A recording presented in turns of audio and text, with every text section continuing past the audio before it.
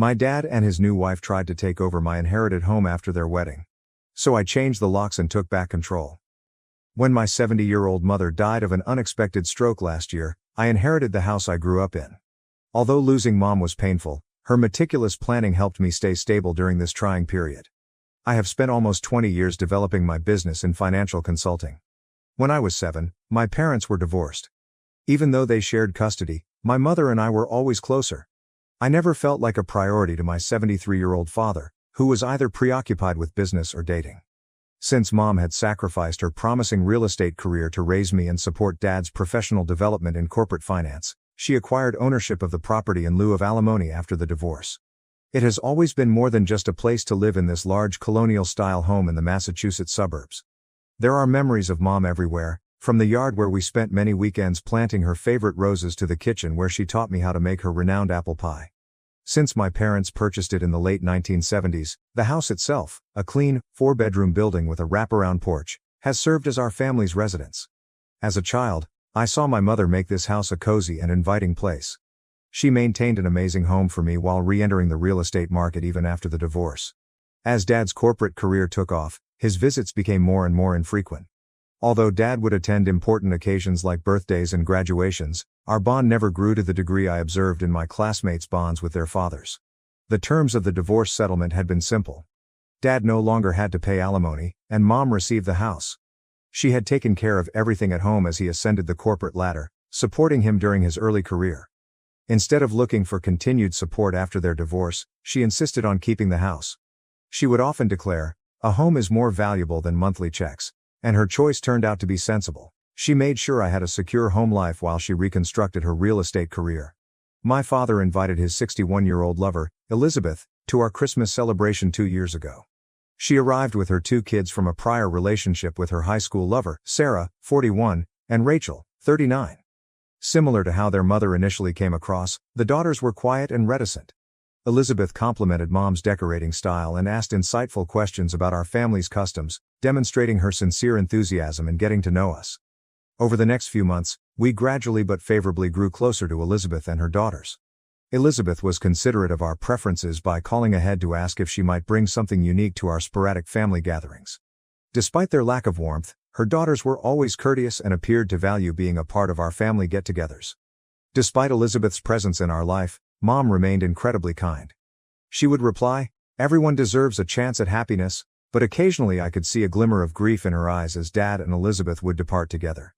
In retrospect, I saw how strong she must have been to greet them with such warmth. The loss was abrupt and terrible when Mom died last spring. She suffered a stroke while sleeping. The doctors claimed it was a peaceful but far too early death. She was planning to renovate the garden that weekend, and we had just talked about it over dinner the previous evening. Although I was devastated by the suddenness of her death, she had planned for everything because she was a realistic person.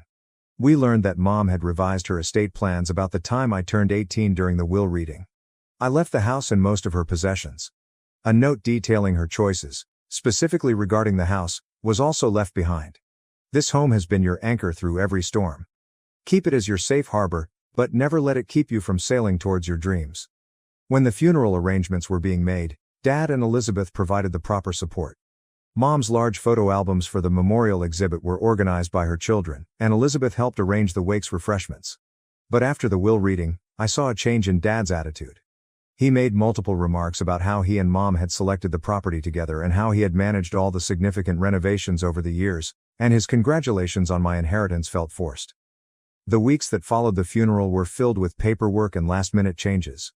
Mom had set aside things especially for Dad, including his wedding jewelry and the presents he had given her throughout the years.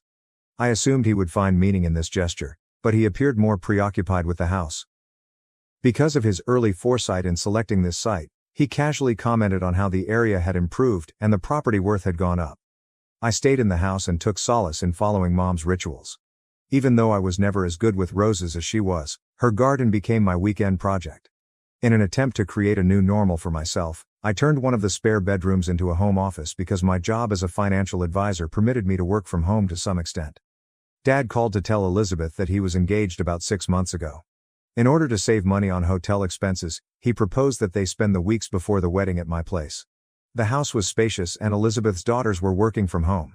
He made it look like a win-win situation by offering to divide the household expenditures and utilities.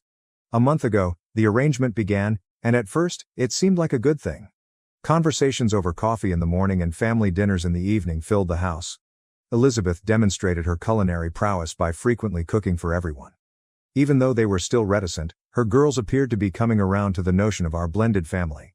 The house started to feel less empty than it had after Mom's death. Then, 3 days prior to the wedding, Dad requested a private meeting in Mom's favorite place, her garden. He disclosed that he wanted them to live in permanently and that their return was not just for the wedding. By claiming that he was concerned about my living alone in such a big house, he pretended to be concerned for my welfare. He stated, "Your mother would have wanted you to have a family around you," but I began to question whether Mom would have concurred. The request evoked complex emotions. There was a part of me that missed the family dynamic I had been living with for the last month. The presence of people made the place feel cozier, and Elizabeth had been incredibly gracious. However, there was something strange about Dad's strategy. I kept thinking about his past responses to the inheritance and his trite remarks regarding the property's worth. I told him I wanted time to consider my options and would make a decision after the wedding, rather than responding right away. It was telling how he responded to this simple request. Before he could conceal it with comprehension, a glimmer of irritation appeared on his face. It brought back memories of my early years when his intentions and my needs had clashed. Now that the wedding is only a few days away, I'm at a turning point. Following the ceremony, they are expected to remain here for a few more days before returning to Houston. I'm starting to think that I should grant their request to make this arrangement permanent. We have demonstrated over the past month that we can live in harmony with one another, and having other people around makes the house feel less empty. But I can't get rid of the persistent sense that something is off. Warning signs include Dad's obsession with the house's worth, his subtly expressed irritation at my hesitation, and his attempts to remind me of his role in its acquisition. Elizabeth has been flawless. Almost too flawless, and I question whether their motivations go beyond simple familial ties. A part of me regrets questioning their motives. This is what healed families do after all. Join forces, help one another, and use the fragments of what was destroyed to create something new. However, there's another part of me that cautions me, maybe the one that acquired Mom's pragmatic temperament. Even though I've dedicated my professional life to assisting people in making wise financial decisions, this circumstance has me doubting my judgment. My normally clear thinking seems to be obscured by the emotional complexities of family relationships. I would definitely benefit from an independent opinion on whether my suspicions are justified or if my gut is attempting to keep me from making a grave error. Does sharing your inherited house with family cause you to feel this conflicted? Should I believe my intuition that something is off, or am I allowing disappointments from the past to cloud my assessment of the current circumstance? First update. After my last post, things swiftly got out of hand. The wedding took place at the Grand Hotel downtown this past weekend. Despite my misgivings, I assisted with the preparations and even made a courteous toast. Everything appeared to be picture perfect, and Elizabeth's daughters were bridesmaids. Around 8 a.m. on the morning following the wedding, I woke up to a strangely silent home. After the festivities, I initially believed that everyone was sleeping in. However, I discovered a hurriedly written letter on the kitchen counter, "Gone for our honeymoon," when I went downstairs to make coffee. "Return in a week." They had not informed me of their departure. Nothing had been discussed regarding their leaving time or their plans during the wedding preparations. They were gone, yet their personal effects were still strewn throughout the guest rooms. Both Elizabeth and my father's phone calls ended up in voicemail. Elizabeth finally picked up her phone around midday. Her customary charming manner was entirely absent from her tone. "Did we forget to let you know?" "I apologize for that," she added, clearly not being sincere. She yelled, "You're not a child anymore," when I voiced my worries about not being told.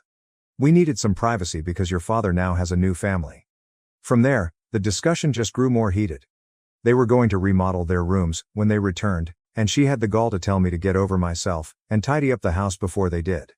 At that moment, something inside of me exploded. For the following few hours, I took pictures and films of everything, including their possessions, the condition of the house, and the message they left. I then had all the locks changed after contacting a locksmith. After recording everything, I packed up their possessions and put them in waterproof containers on the covered porch. I sent a message to Elizabeth and my father. "Your belongings are packed and on the porch. You have until Sunday to collect them. Anything left after that will be donated to charity. Do not attempt to enter the house. The locks have been changed, and I will contact the police if necessary. The reactions were explosive and happened instantly. Messages from both of them began flooding my phone, alternating between guilt-tripping and asking, "How could you do this to your family?" Elizabeth's kids also joined in, writing letters blaming me for destroying the family and threatening to make you regret your choice. My father's voicemail, which said, "Your mother would be ashamed of your behavior," was what really got to me. He conveniently forgot that he had been coveting the house since Mom's death. "We were trying to help you, and this is how you repay our kindness." I have blocked their numbers for the time being, but I have saved all of their voicemails and texts. I also told my neighbors about the incident and put in security cameras.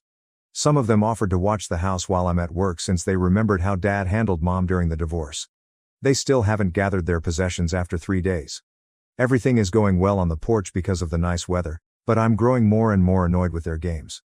I spoke with a lawyer, who affirmed that I had the right to have their possessions taken away because I had given them adequate notice.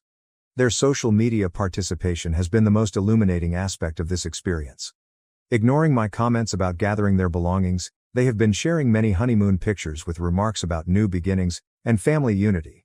Elizabeth even had the audacity to post about toxic people who can't handle others' happiness.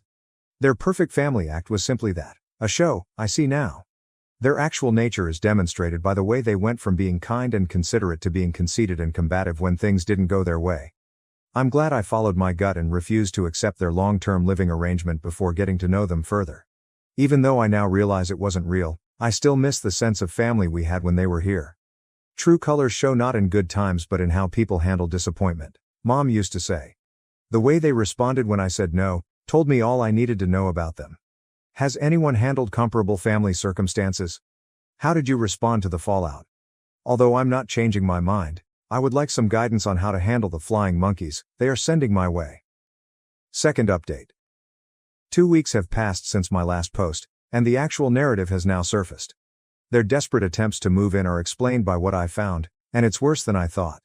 My father's old coworker, who has been a family friend for 30 years, contacted me yesterday. She disclosed that my father had been dismissed 3 months prior for mishandling company cash, so he wasn't taking a break from work as he had said.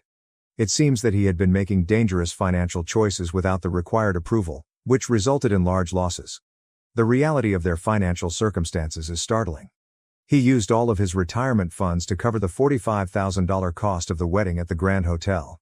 They spent an additional $30,000 on their 2-week Maldivian honeymoon, which was paid for by selling his investment holdings.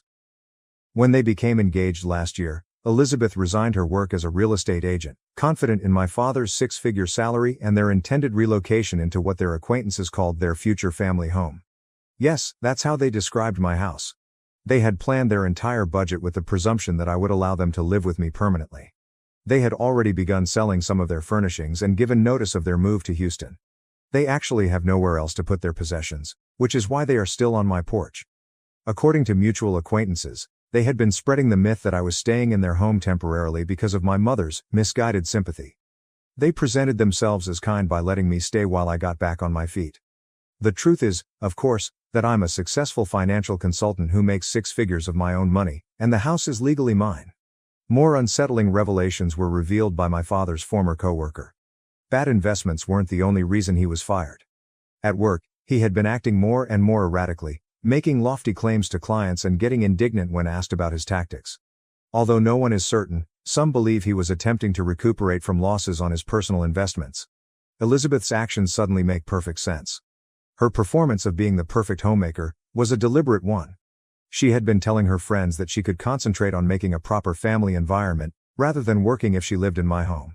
She had gone so far as to show her friends Pinterest boards of the alterations she intended to make to my mother's garden. Social media pictures from their honeymoon now paint a different picture.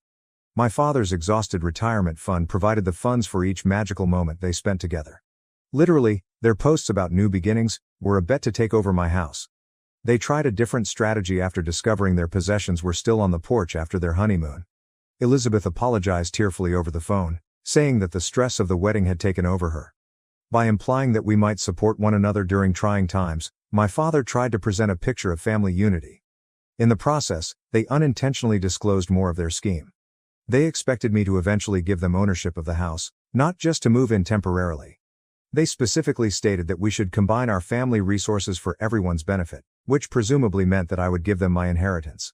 Since then, I found out that when they bought the house, they had already spoken with a real estate agent about financing alternatives and the house's possible value. My lawyer has urged me to submit a formal cease and desist letter over their misrepresentation of the house's ownership. They had even contacted a contractor about possible renovations, posing as the owners who were generously letting their daughter stay for now. In case legal action is required, we are also recording all of their communications and posts on social media. Stories of Elizabeth surveying the garden and talking about her remodeling ideas while I was at work have been shared by a number of neighbors. One neighbor even claimed that, without my knowledge, she had asked prospective contractors to come look at the property. Their complete financial desperation is now evident. The entire amount of my father's severance pay was used to plan the wedding. The costs of the wedding and honeymoon entirely drained his retirement funds. After giving notice on their apartment, they no longer have a place to live in Houston, and Elizabeth's sudden resignation has strained relations with her previous work. A few months' worth of living expenditures would not be covered by their present liquid assets. As they consider their options, they are now lodging at a low-cost hotel. Elizabeth has stopped posting on social media, with the exception of ambiguous statements like hidden blessings and family betrayal. My father has shifted from irate demands to frantic entreaties, but I'm refusing to back down. Some relatives say that since he is still my father, I ought to assist them in getting out of this situation. But as a financial advisor, I am aware that encouraging bad financial choices just makes matters worse. Furthermore, their attempt to use coercion to get me to leave my house reveals their actual motivations. Although I hope that legal action won't be required, I'm working closely with my lawyer to document everything. Next week, I will begin therapy to deal with the improved security system in the house. I recognize the irony. I, the daughter he never had time for, have created a secure existence via careful preparation, whereas my father, who worked in finance for a living, has ruined his retirement by bad financial choices. Even though she would be disappointed to see him go this far, Mom would appreciate the poetic justice. Has anyone else found relatives who have committed similar financial frauds? How did you manage to keep your distance while dealing with the betrayal? The rage is no longer the difficult thing. It's the melancholy of understanding that my father hasn't really changed.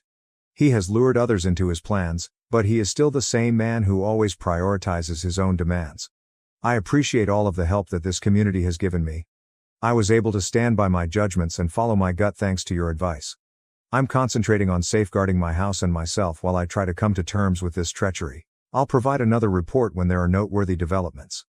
Third update. This scenario has finally come to an end after weeks of drama, and it's almost poetic. My father and Elizabeth left town today, but not because they wanted to, but because Elizabeth's ex-boyfriend unexpectedly stepped in. They were sleeping at a cheap hotel when we last left off, running out of money and options. I kept recording their actions, including their attempts to disseminate false information about me throughout the neighborhood. I was unaware that Elizabeth's girls had contacted their father to inform him of the terrible predicament their mother had found herself in. Michael, their father, is reportedly a prosperous Houston businessman. Over the years, he remained friendly with Elizabeth, focusing mostly on their daughter's welfare. He made the decision to step in after learning of Elizabeth's current predicament, that she was unemployed, effectively homeless, and complicit in a plot to seize my home. This developed in a pretty amazing way. Michael sent me an unexpected email last Tuesday. He said he was sorry to speak with me directly, but he needed to double-check certain information. What their daughters had told him was very different from what Elizabeth had told him. He was horrified by his ex's actions after our talk. Later on, I found out that Michael had been becoming increasingly alarmed as he saw Elizabeth's increasingly frantic social media messages. The last straw for him was learning that she had been applying for short-term loans in his children's names, which would have affected their credit scores. What followed was a masterclass in problem-solving techniques. Under certain restrictions, Michael volunteered to pay for their return to Houston. He made sure Elizabeth could resume her profession by setting her up for interviews with a number of real estate companies with which he had relationships. But in order to take advantage of these chances, she had to stop attempting to seize my belongings. The best part was seeing their meticulously crafted facade fall apart. Their social circle was informed by Michael that the story about them owning my house was a pure fabrication. In response to Elizabeth's social media posts about their family home, he even went so far as to write a kind but stern correction. After being humiliated by the revelation of his financial mishandling, my father eventually abandoned the facade. He acknowledged that their joint goal to buy my house had been a driving force behind the entire marriage and a rare moment of candor during a phone call that I recorded with his consent. Elizabeth had convinced him that they could work together to coerce me into selling it to them or sharing ownership. Elizabeth's daughters, who felt bad about playing a passive part in the plot, exposed the depth of their preparation. They posted screenshots of group chats in which my father and Elizabeth talked about different ways to control me. Among these were Elizabeth's conscious attempt to be the ideal stepmother and their well-thought-out choice to make their marriage announcement right when they knew I was most lonely. Michael's involvement included accountability in addition to financial support. He offered to pay for their first month's rent and moving costs in Houston, but only after they agreed to stop communicating with me unless I asked them to and signed legal papers admitting they had no claim to my property. Their departure was telling. Rather than offering an apology, they utterly ignored their botched attempt to seize my house by sending out a mass email to friends and relatives, saying they were going back to Houston for exciting new opportunities. As if this wasn't a retreat in shame, Elizabeth even had the gall to share pictures of them departing with statements about closing chapters and new beginnings in the captions, along with hashtags for luxury living. Yesterday, my security cameras caught them making a final drive by my house. They didn't stop, but they did slow down for a moment. Their possessions were already en route to Houston after being transferred to a storage facility at Michael's expense. It has been surprisingly quiet since. My neighbors have been tremendously supportive as they have watched this drama play out. I became aware of how frequent these circumstances are after hearing several people relate their personal tales of family property disputes. Several individuals have apologized for believing Elizabeth's stories, and the local community, which she attempted to infiltrate, has come together in support of me. I've begun going to a support group for those who are coping with family separation. It's assisting me in processing the range of feelings involved in this circumstance, including anger at their attempted deceit, lingering sadness over losing the little relationship I had with my father, and relief from their manipulation. The house feels different today, serene yet not empty. I've begun remodeling in an effort to make new memories rather than destroy old ones. Now that Mom's garden is flowering once again, I've joined a local gardening club to learn the appropriate way to take care of her prized roses. Working in the same area where she experienced such delight is helpful. In fact, this experience has helped my career. I now have a very intimate understanding of how family dynamics can affect financial decisions because I work as a financial consultant. Although I don't share my personal narrative, I'm more suited to guide clients through comparable circumstances. I recognize the irony of having to deal with a financially reckless parent while working as a financial advisor. Mom was correct when she declared that the best investment was education. I was able to identify the warning signs in their behavior early on thanks to my professional experience. Regarding the future, I'm concentrating on establishing wholesome connections. My friends that supported me during this time have grown to be like family. Even the person I'm seeing is surprisingly more interested in my business than my belongings. I've learned from this experience that family is about respect, integrity, and sincere concern for one another's welfare rather than about having the same DNA or legal titles. My mother was aware of this, which is why she took such care to safeguard my fortune. I want to thank everyone who read my tale and gave me advice. Your encouragement kept me going when I started to doubt myself. To people in comparable circumstances, follow your gut, keep a journal, and resist the need to compromise your limits out of embarrassment. Unless something important occurs, I don't anticipate posting any further updates. Now living in Houston, my father and Elizabeth are beginning a new life without access to my house or money. Every now and then, Michael updates me, mostly to make sure they're honoring their commitment to keep away. Mom would be happy with the way I handled this, not because I was tough, but because I upheld my morals and preserved the heritage she had worked so hard to leave me. That's what counts most in the end. Thank you for watching. If you haven't subscribed yet, please do so and hit the notification bell to stay updated with more shocking real-life stories happening around you.